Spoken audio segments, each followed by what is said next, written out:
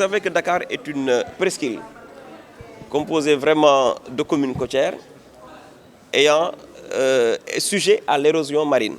Nous avons aussi discuté des questions d'inondation dans les secteurs comme Parcelles Assainies, Grand Yoff, Yoff évidemment.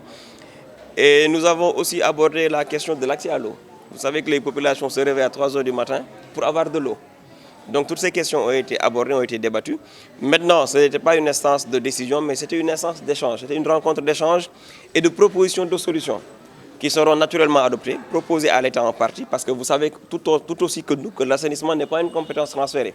Mais aujourd'hui, pour le cas de Grand Yoff, avec le bassin de rétention, la ville de Dakar a porté des études avec la coopération allemande et nous avons des pistes de solutions pour régler la question des inondations au niveau de Grand Yoff et la requalification du bassin de Grand Yoff. Les difficultés sont inhérentes à la vie et à l'exercice de la mission d'homme public, de gouvernement ou bien de maire. Naturellement, nous avons démarré les discussions aujourd'hui, elles se termineront demain et de là, vous aurez les conclusions de ces ateliers-là qui permettront de soulager tant soit peu le vécu difficile des populations dakaroises.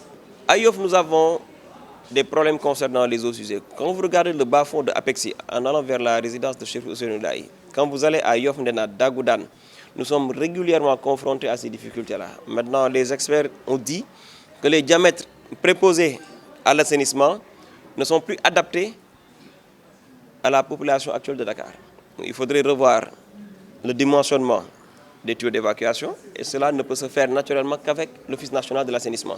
Maintenant, il faudrait revoir certains principes de la décentralisation parce qu'il y a certaines questions qui touchent directement les populations et c'est le maire qui est en premier lieu interpellé.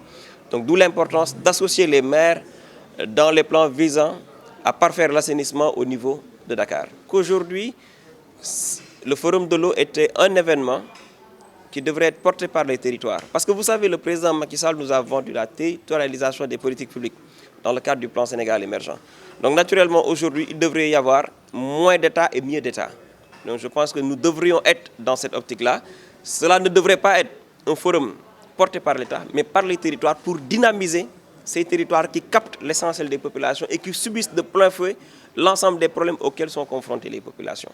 Maintenant, la diplomatie des villes aidant, les organismes qui regroupent les territoires aidant aussi, nous allons naturellement continuer notre travail de benchmark à l'international pour avoir des partenaires pour pouvoir faire vraiment, pour pouvoir réaliser les besoins et vœux des populations. Et comme exemple, vous avez vu le bassin de rétention de la zone de captage.